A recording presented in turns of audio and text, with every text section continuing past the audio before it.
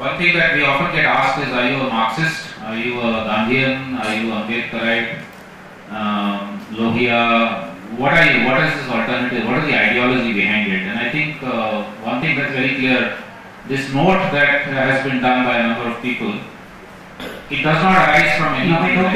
அடிக்கடி எழுப்பப்படும் ஒரு கேள்வி, நீங்கள் மார்க்சியரா, அம்பேத்கரைக்கா, காந்தியரா, லோகியாவைக்கா என்பது போன்ற கேள்விகளை நாம் அடிக்கடி சந்தித்துக் கொண்டிருக்கிறோம். ஆனால் இந்த குறிப்பு, இந்த சட்டகம் எந்த விதமான ஒரு ஒற்றை சித்தாந்தத்திலிருந்தும் எழவில்லை. உள்ளூர் சமூகங்களின் அறிவிலிருந்தும் அவர்களுடைய அனுபவங்களிலிருந்தும் தான் இந்த சட்டத்தை நாங்கள் வளர்த்தெடுத்து உங்களுக்கு அனுப்பியிருக்கிறோம். Okay, so there are 3 sections to this note, and please do, if you get a chance over the next 2-3 days, please do see if you can read it. We have it both in English and in Tamil. The first section is what are the main pillars of the alternative vision. So I'll deal with that first. The second section is how does that translate into different sectors. இந்த குறிப்பில் 3 பகுதிகள் இருக்கின்றன. அடுத்த 2 நாட்களில் இந்த குறிப்பினை படிப்பதற்கு உங்களை ஊக்குவிக்கிறேன். ஆங்கிலத்திலும் தமிழிலும் இந்த குறிப்பு இருக்கிறது. முதல் பகுதி முக்கிய தூண்கள், பில்லர்கள் என்று சொல்கிறார். முக்கிய தூண்கள் என்ன என்பதை பற்றி பார்க்க போகிறோம். அடுத்த பகுதி இந்த தூண்கள் எப்படி பல்வேறு துறைகளுக்கு உதவி செய்கின்றன என்பதை பார்க்கலாம். அதற்கு அடுத்த பகுதி மிகவும் அடிப்படையானது, நம்முடைய விழுமியங்கள் என்ன, நம்முடைய கொள்கைகள் என்ன என்பதை பற்றி பார்க்கலாம். Okay, the first section is on the pillars, because essentially anything that we try and build has to have certain structures to stand on. Like this building has these pillars and walls. There are 5 that we have started with, and of course we can add more. The first and really the most essential for all of us is ecological sustainability. I mean, if it's not for the earth and for sustaining the earth, we would all be dead. There's a question that I ask a lot of people when I do, especially in schools and colleges and even with adults. What is the most important thing in life? And generally people tend to get to the answer of oxygen. After that, the question of where does most of our oxygen come from? And I'm amazed that in the last 30 years I have got only about 5 people. எந்த ஒரு விவாதத்திற்கும் அடித்தளம் அல்லது ஒரு அமைப்பு தூண்கள் தேவைப்படுகிறது. அந்த அடித்தளத்தை பற்றி இப்பொழுது பார்ப்போம். முதல் தூண் சூழியல் நீடிப்புத்தன்மை குறித்தது. நான் ஒரு கேள்வியை எல்லோரிடமும் கேட்கிறேன், பெரியவர்கள் குழந்தைகள் எல்லோரிடமும் நான் அடிக்கடி கேட்கிற ஒரு கேள்வி, எது மிகவும் முக்கியமான ஒரு அம்சம், நம்மை பாதிக்கக்கூடிய ஒரு அம்சம் என்ன என்பதை கேட்பேன். பலரும் ஆக்சிஜன் என்று கூறுவார்கள்.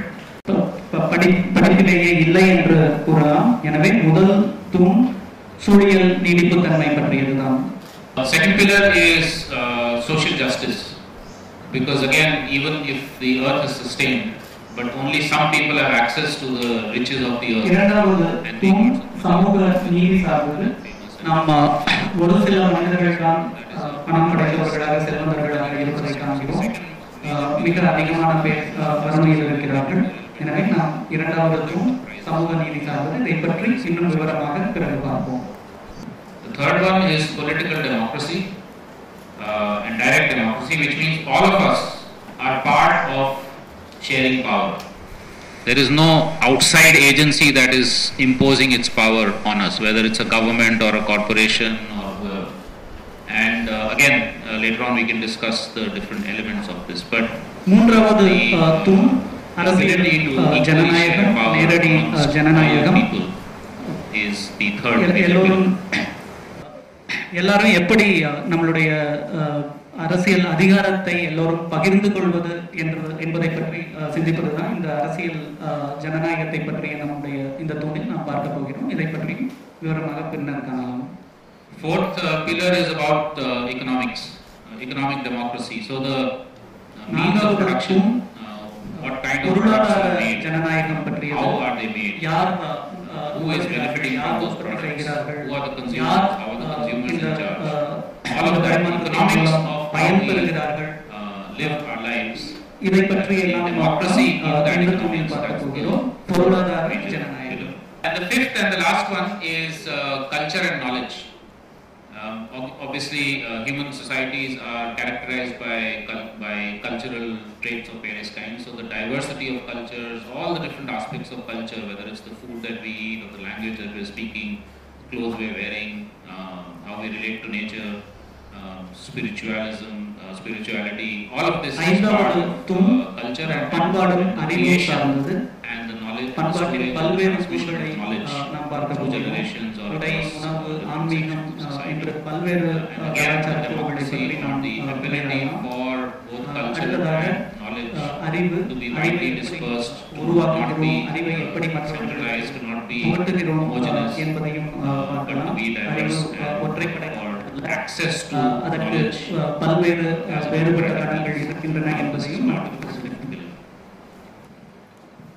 Okay, that's the first section of the note. The second section is looking at different sectors. Each one of us is working on how these five pillars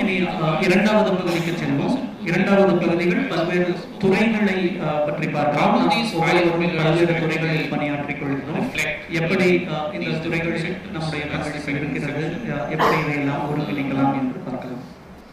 So many of us work on social well-being, on social justice, on peace. That's one sector that we've looked at, which includes things like struggles for justice with relationship to caste, with disability, sexualities, gender,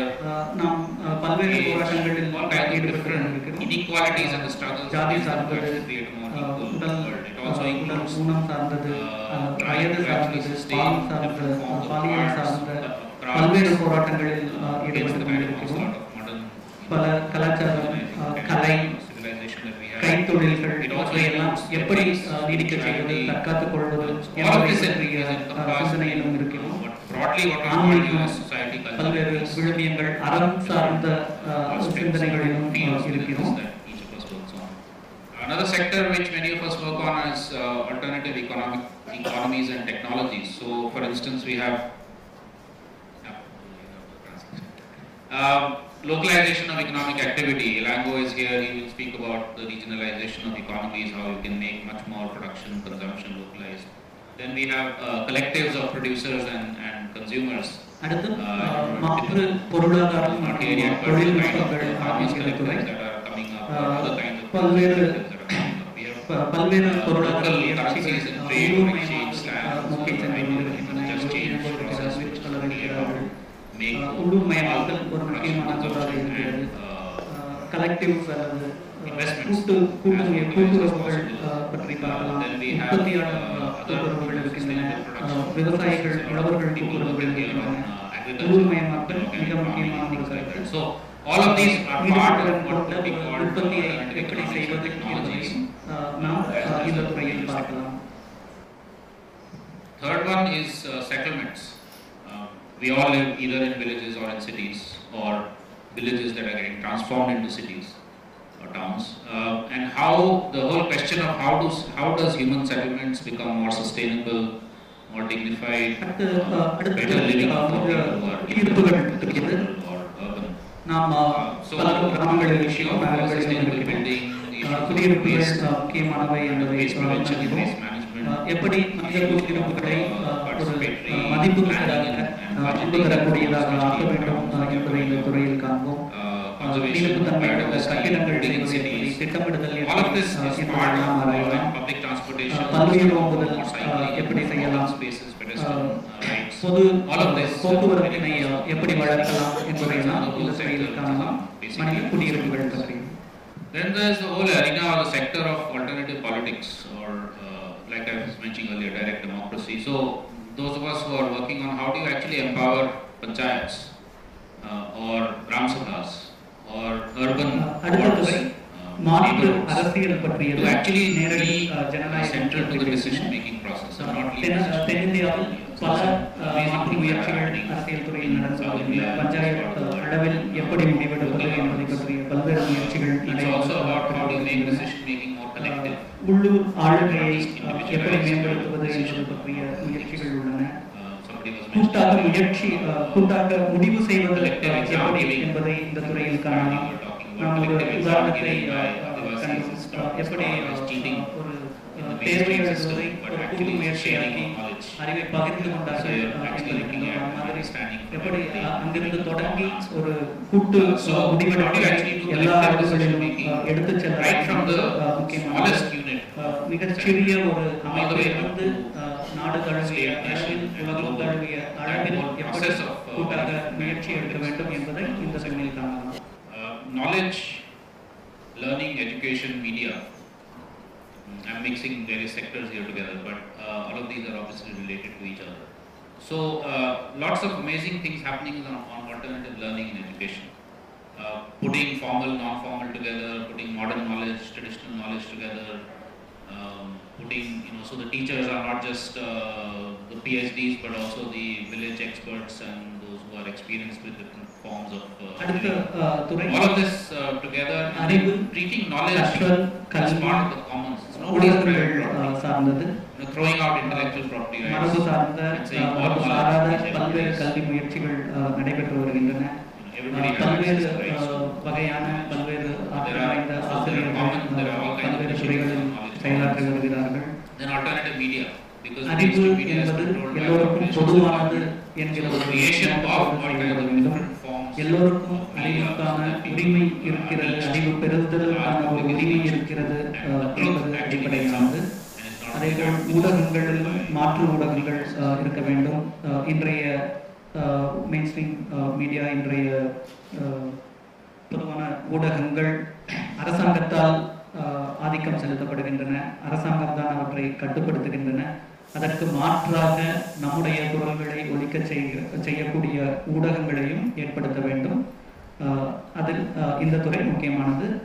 அறிவு, அறிதல், கல்வி மற்றும் ஊடகங்கள் சார்ந்தது. Environment and ecology and conservation. So conventionally we have had a model in which conservation is done as a government diktat, that okay, this is a national park, this is a wildlife sanctuary, and these are the species to be protected. But more and more people are also saying that, communities are saying that no, we will actually be the ones who are deciding or will be part of this conservation process. So much more democratic, decentralized conservation.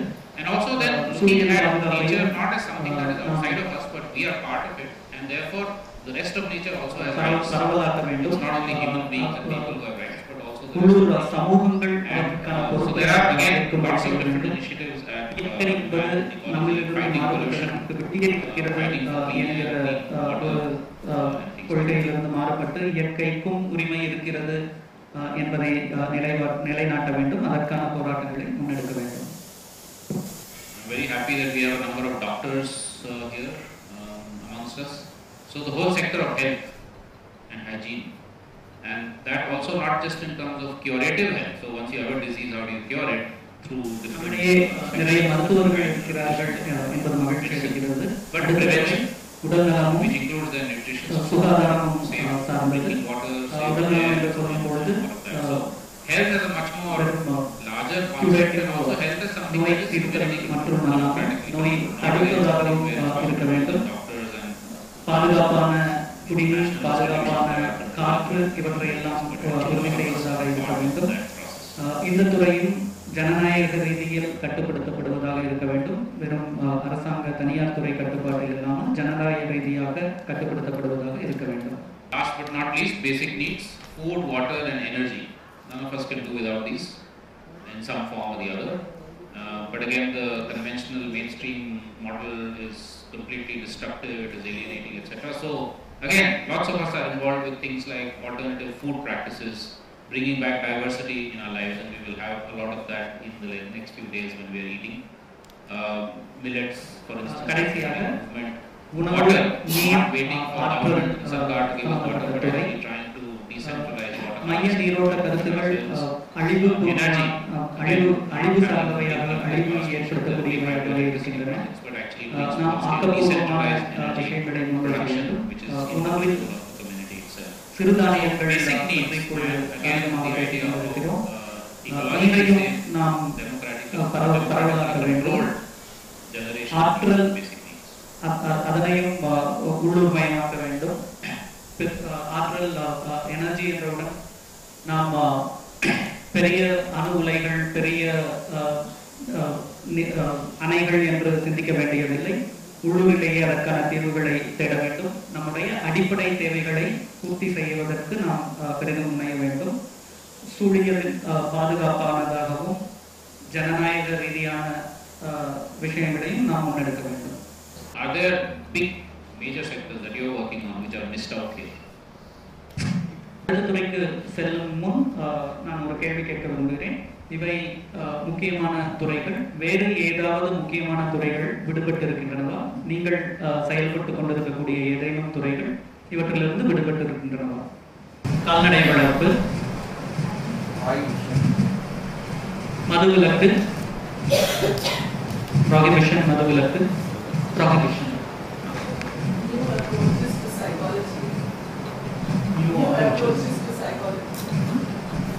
Would that come under knowledge or health? So health. No, I'm asking. Knowledge. I would put it under knowledge. I would think it might come under society culture and peace. Okay, many of these things are cross-cutting. So we don't necessarily have to put them, but that's a good.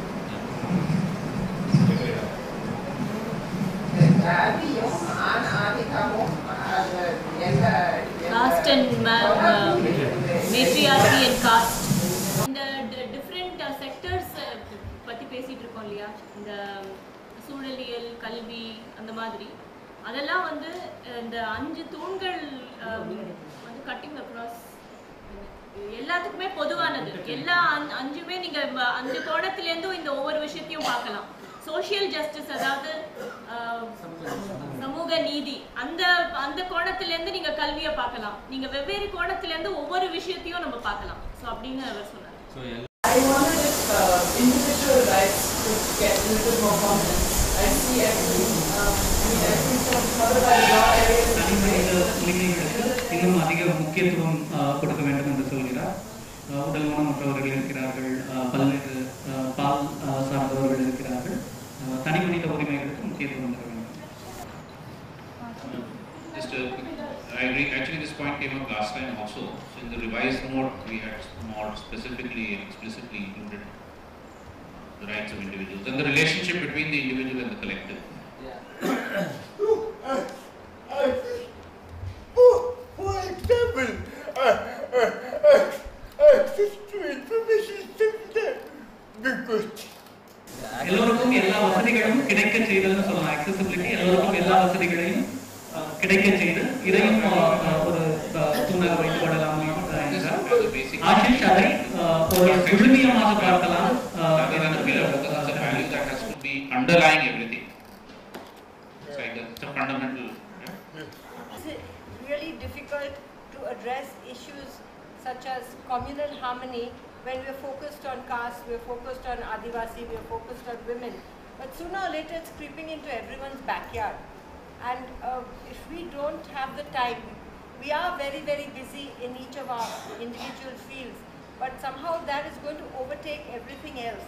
I would like to propose non-violent, non-cooperation as a sector, because it's much more active strategy of non-cooperation. These are all, assuming if we're thinking that people are actually there, like we have a movement called the walkouts movement, encouraging people to walk out of the system, to not cooperate. So I would like to bring that more as a, because of ideas of satyagraha and other things, and how do we bring it again back into it, rather than let the thing continue and we'll do the things on the side. So try to bring out discourse. And there are movements which are actually trying to do that much more actively as part of their work. I think there's one whole section missing in this, which is on strategies. So I would actually suggest that, so non-violence is a value, but non-cooperation, resistance, walking out, etc. as a strategy. பங்கேற்பதை பற்றி நிறைய பேசிக் கொண்டிருக்கிறோம். பங்கேற்க மறுதலை பற்றியும் நாம் பேச வேண்டும். And perhaps another issue that we could probably think of how to engage with is how does the alternatives discussion deal and connect with the whole world of international relations? Because partly what the government of India does and the positions that it takes are for internal consumption, yes, okay, there are poverty issues, welfare issues domestically. But part of what's motivating the government of India is உலக அளவிலான உறவுகள் பற்றியும் பேச வேண்டும். பல உள்ளூர் பிரச்சனைகளுக்கு இந்த உலக அளவிலான உறவுகள் போட்டிகள் அடித்தளமாக இருக்கின்றன. அவற்றை பற்றியும் நாம் so somehow we have to touch that.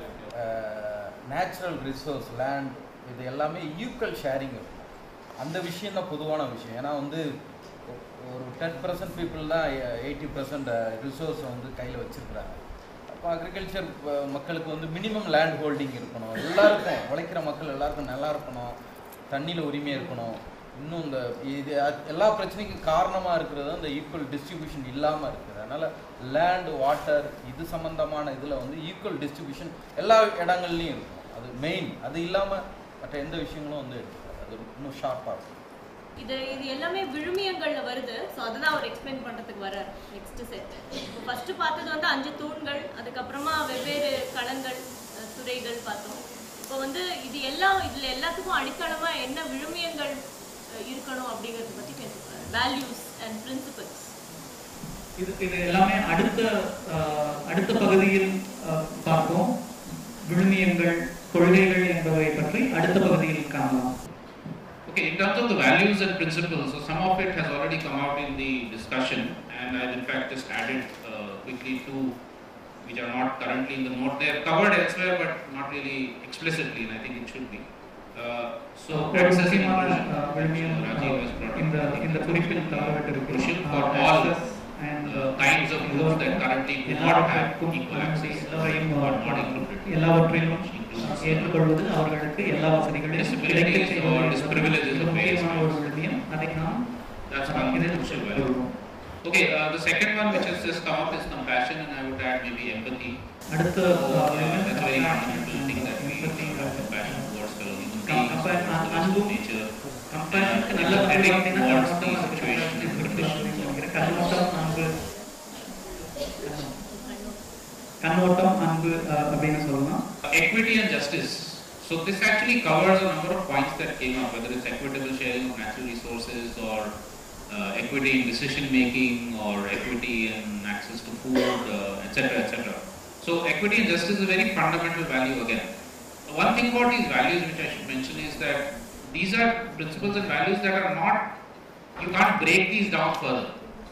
That's a very crucial thing. Equity cannot be broken down further, and it's not a means towards an end. It is an end in itself. That's the fundamental aspect of values. So equity and justice, diversity, vividta, diversity of worldviews, ideologies, food, clothes, language, politics, economics, just basically diversity as a fundamental value. The collective. So the collective as being the most important thing, whether it's a collective like this, or it's a village community, or it's a urban neighborhood, or it's a global collective of people who we have some relationship with. And then within that, of course, and I take that very importantly, the relationship of the individual to that collective. So that balance. இறுதி பகுதியில் self-reliance, கொள்கைகள் பற்றி whether it's in economic terms for basic needs, இவை being able to be in control of ஒரு முடிவுக்கான வழியாக நாம் பார்க்க வேண்டியதில்லை. இவற்றை ஒரு முடிவாகவே நாம் காணலாம். முதலாவது விழுமியம், சமூக simplicity. One doesn't necessarily mean you are giving up on everything. இரண்டாவது the ability to know what is enough, rather than wanting more and more. கூட்டுறவு, Enoughness, simplicity is again கூட்டுறவு முயற்சிகள். the dignity of work, விழுமியமாக especially physical work. தற்சார்பு, We tend to think that தற்சார்பு, people like me who write books அல்லது are more learned தேவைகளை நமது கட்டுப்பாட்டுக்குள், நம்மை சுற்றி எல்லாவற்றையும் நம் கட்டுப்பாட்டுக்குள் வைத்திருப்பதாகட்டும். and the dignity of labor and the ability for all of us to therefore share in what போதும் என்கிற ஒரு உணர்வு. rather than think of someone being low and someone being high. உழைப்பின் மீது ஒரு மரியாதை, உழைப்புக்கு ஒரு finally, and there are many, there's a long list of அதிலும் all of these, குறிப்பாக உடல் உழைப்புக்கு I think very நம்மை போல் resilience and எழுதுகிறவர்களுடைய adaptability, உழைப்பு தான் மதிப்பு so that we're not rigid in any உடல் way. உழைப்பும் அதற்கு இணையான மதிப்புடையதுதான். As a society, as an மாற்றத்திற்கு ஏற்ப நம்மை nature for its own resilience and adaptability. The ability to be able to adapt to change is so crucial in மேலும் பல விஷயங்கள் இருக்கின்றன. இந்த பட்டியலில் நீங்கள் பார்த்தால் so resilience and adaptability. So I'm going to stop here. I'm sure there are many more, but the idea is just to give a few to provoke thoughts, and then as we discuss further and further over the next 3-4 days, we can come up with more values, more principles, or refine these even further as need be.